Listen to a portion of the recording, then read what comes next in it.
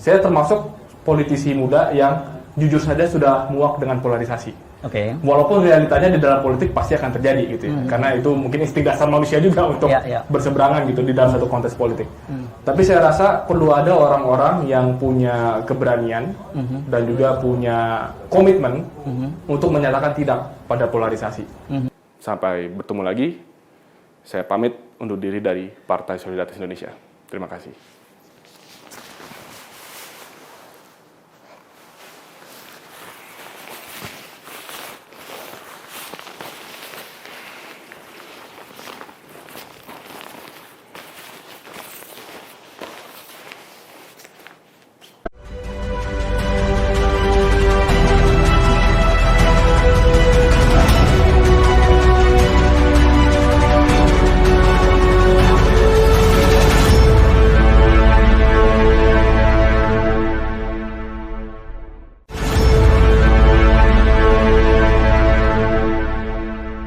Assalamualaikum warahmatullahi wabarakatuh. Kembali berjumpa dengan saya, Hetsbunul Arif, dari Forum News Network.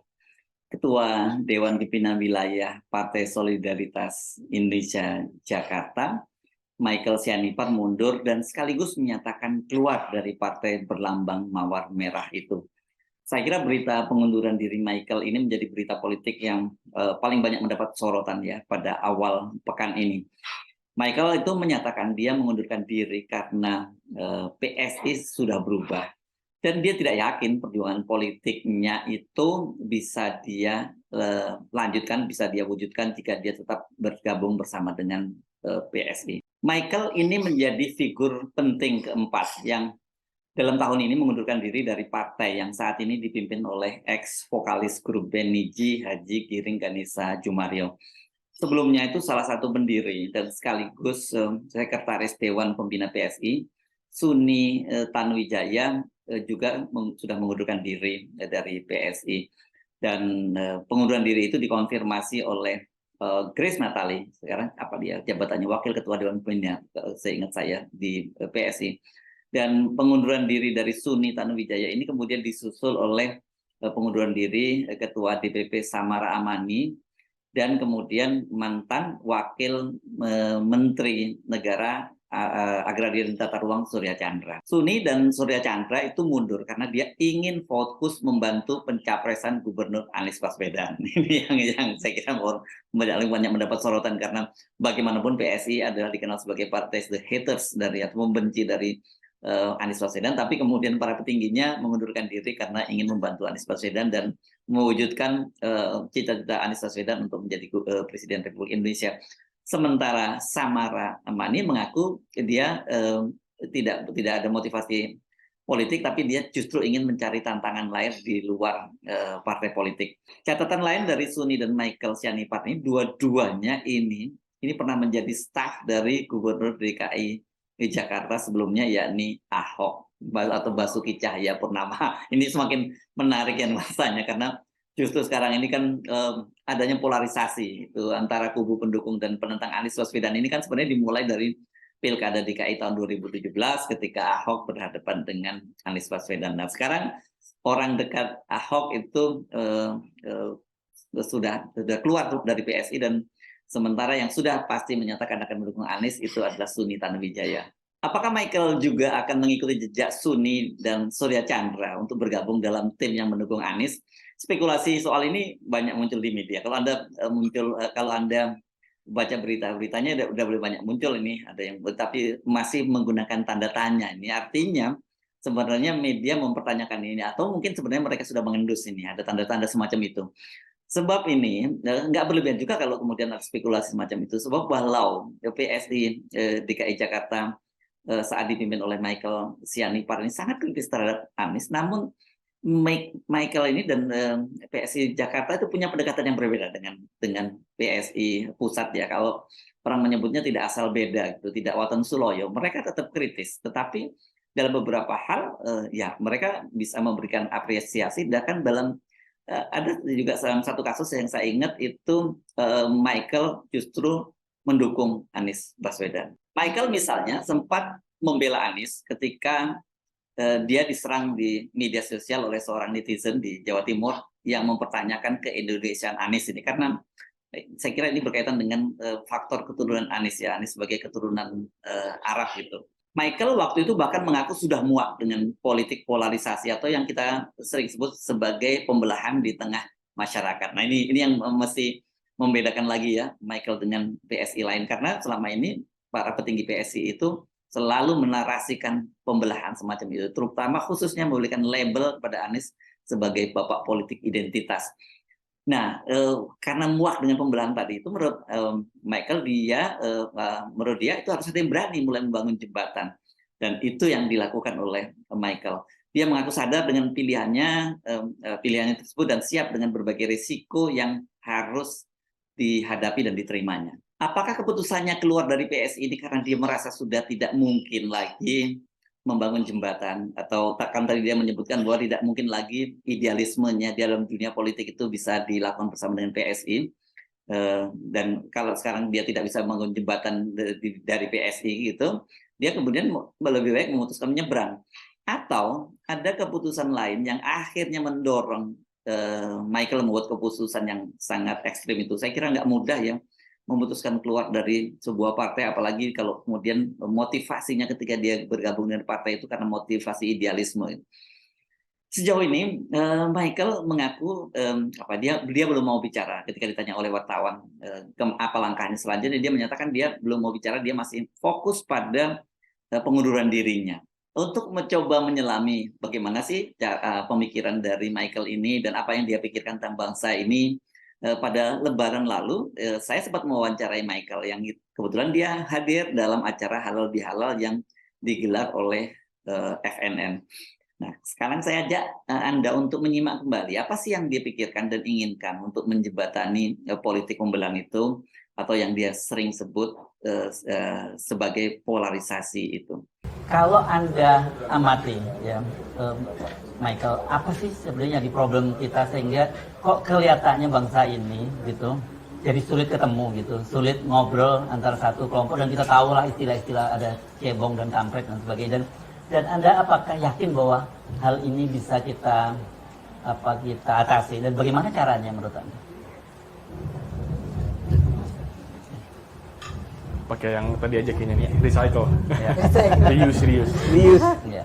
Ya, baik, ini pertanyaannya jujur bagi saya agak mungkin sulit ya untuk menganalisa sejarahnya itu bagaimana bisa muncul ada perpecahan yang Anda pikirkan saja dari kacamata Anda ya. Jadi kalau yang saya dengar, misalkan kalau saya dengar pembicaraan orang-orang gitu ya, atau diskusi-diskusi, ada yang bilang ada latar belakang kesenjangan ekonomi, ada mungkin pengaruh politik luar negeri juga yang berdampak ke Indonesia gitu, atau mungkin karena kemarin itu pilpresnya dua pasang calon sehingga kemudian jadi runcing gitu. Jadi memang pasti ada banyak faktor, dan kalau di dalam perpecahan itu dua pihak kan pasti nggak mau disalahkan. Yang kiri akan bilang yang kanan yang duluan, kasarnya gitu. Yang kanan bilang yang kiri duluan gitu. Ibaratnya kalau di rumah tangga suami istri berantem, ya mau dicari akarnya ini salah siapa, bisa-bisa nggak ketemu-ketemu. Akan jadi lebih sibuk saling menyalahkan. Dan sampai sekarang yang saya lihat masih begitu. Ada yang merasa tertindas, ada yang merasa terdiskriminasi, itu kemudian menjadi bensinnya gitu ya, untuk kemudian masih tetap mengungkit perpecahan atau polarisasi itu gitu. Nah, ini dimana menurut saya perdebatan mencari akal itu perlulah, secara akademis kita perlu mengetahui gitu ya, dan kalau bisa dapat bagus. Tapi kalau kita menunggu sampai ketemu jawabannya baru kita mengupayakan ada membangun jembatan, saya takutnya kelamaan gitu. Jadi lebih baik harus ada itikat baik dari kedua sisi yang terjadi polarisasi ini. Ada orang-orang yang menjadi pionir, berinisiatif membangun jembatan, dan ada risiko bagi si pionir ini, ada risiko. Ya, pasti itu. Misalkan saya tadi disebut misalkan saya ada statement yang terkesan membela Pak Anies. Ini saya kalau saya melihat di sosial media gitu, ada kiri kanan sama-sama mengkritisi. Oke. Dari kubu sana bilangnya wah udah insaf gitu kan, udah apa gitu kan, udah tobat gitu. Jadi mungkin dianggap saya ini orang yang aneh atau apa gitu kan. Iya. Dari kubu yang sini bilangnya wah jangan-jangan ini ketua DKI udah ikut makan lobster gitu, ada juga bahasa-bahasa begitu. Iya. Jadi sebagai orang yang berdiri di tengah-tengah ini bisa dituduh kiri kanan. Ya. Dan Anda sadar itu ya. Saya sadar resiko itu dan harus tetap kita ambil. Oke, mantap ini. Karena menurut saya, bagus ya. Bagi kita, saya berharap dari sisi sana juga ada, mungkin kalau bicara kubu kesannya jadi ada kubu dari sisi sana, dari dua sisi gitu ya. Ada yang mau mengambil langkah ke tengah, jabat tangan, bangun jembatan. Apapun resiko, di kiri diomongin apa, di kanan diomongin apa. Tapi kita melakukan ini, saya punya keyakinan orang-orang akan lihat kok. Pada akhirnya mereka akan melihat bahwa upaya kita membangun jembatan ini tulus. Boleh difitnah segala macam, tapi selama kita konsisten, mereka akan melihat bahwa niat kita baik. Dan semoga, dan saya yakin akan terjadi, masyarakat umum akan melihat bahwa memang jembatan ini yang perlu kita bangun untuk menjaga keutuhan Indonesia. Dan lebih dari itu, inilah yang akan membawa keadilan dan kesejahteraan. Sangat penting, bukan hanya untuk generasi ini, tapi generasi mendatang. Oke, bahayanya apa ini kalau terus-terusan tidak ada yang berani mengambil langkah itu? Kita ini kalau belajar dari fenomena di banyak negara ya, termasuk di Amerika itu kan ada istilahnya ada echo chamber, ya kan?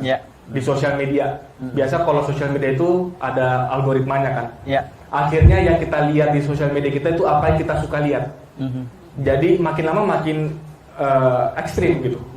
Karena kita cuma terekspos dengan pandangan ini, pandangan lain kita nggak akan lihat karena dianggap oleh algoritma kita tidak menyukai pandangan yang lain. Padahal perlu untuk ada satu rasa saling mengerti gitu. Nah ini yang bisa terjadi kalau tidak ada yang menembus algoritma itu. Termasuk di WhatsApp group nggak ada algoritmanya. Tapi kalau kita ngelihat lama-lama kan ada WhatsApp group yang satu orang mulai maki, lama-lama yang lain juga ikut. Bener juga ya. Kayak orang saling nimpuk duluan. Nah iya, kita nggak tahu siapa yang nimpuk duluan. Jangan-jangan orangnya udah kabur gitu kan. Jangan-jangan orangnya juga kita nggak tahu agendanya apa. Nah ini penting sekali ada jembatan. Dan saya mungkin kaitkan dengan acara U20 karena kebetulan saya juga co-chair dari acara U20 itu. Ini pertama kali dalam sejarah U20 itu kita mengangkat tema khusus, temanya berdiri sendiri, yaitu soal keberagaman dan inklusi.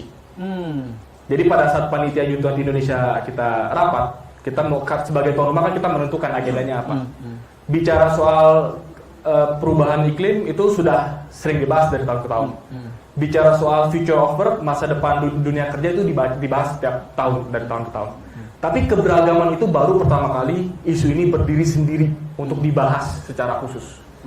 Karena kami punya keyakinan bahwa nilai yang paling bisa Indonesia banggakan di forum G20 adalah keberagaman kita.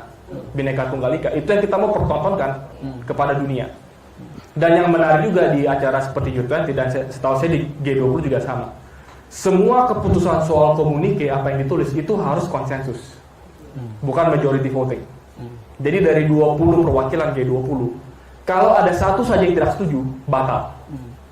Jadi memang harus dicari kata-katanya, statementnya, substansinya itu yang disepakati oleh semua orang. Konsensus. Dan PR kita artinya di dalam memimpin G20 Indonesia bisa mempertemukan semua pihak menuju konsensus. Nah ini PR Presiden Pak Jokowi juga termasuk di level nasional dan Pak Anies juga di level global 20 gitu. Ada perwakilan Rusia, ada Amerika, ada China, ada Brazil, ada Saudi Arabia, semua punya pemikiran berbeda, tapi di pertemuan Indonesia nanti kita harus menjadi konsensus builder.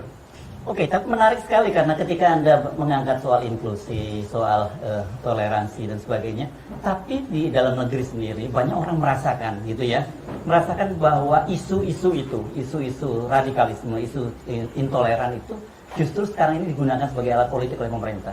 Bagaimana Anda melihat ini?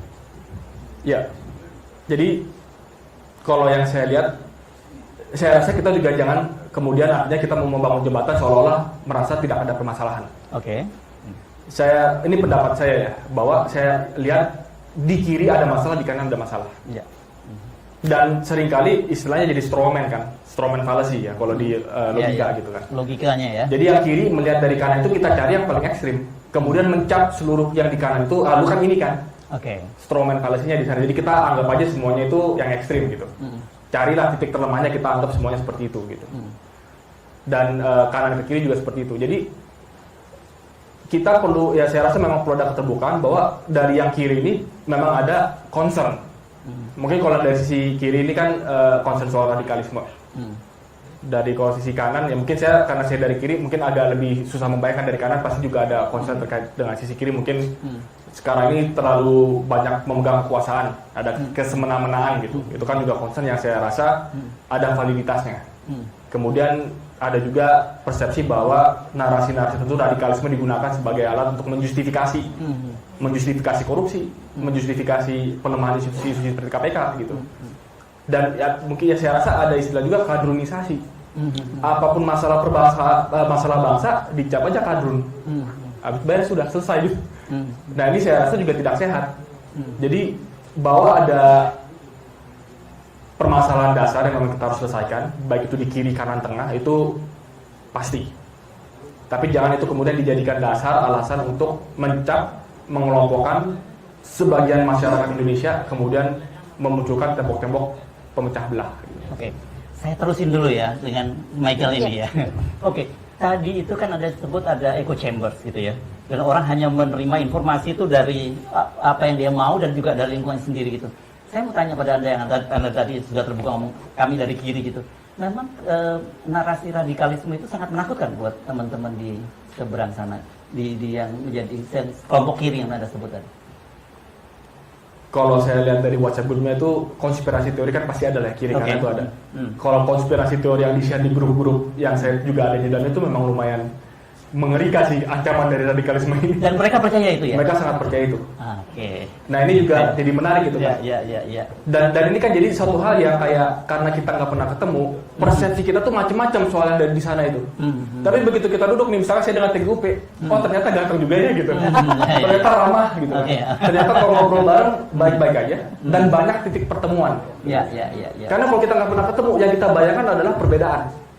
Tapi pada saat kita bertemu sama-sama orang Indonesia, sama-sama cinta Republik ini, sama-sama mau Indonesia punya standing yang dihormati di dunia, punya peran menjaga perdamaian dunia, sama-sama peduli terhadap kesenjangan ekonomi. Kalau kita bicara itu, mau kiri mau kanan peduli gak peduli pasti masalah kesenjangan ekonomi, masalah kesenjangan pembangunan.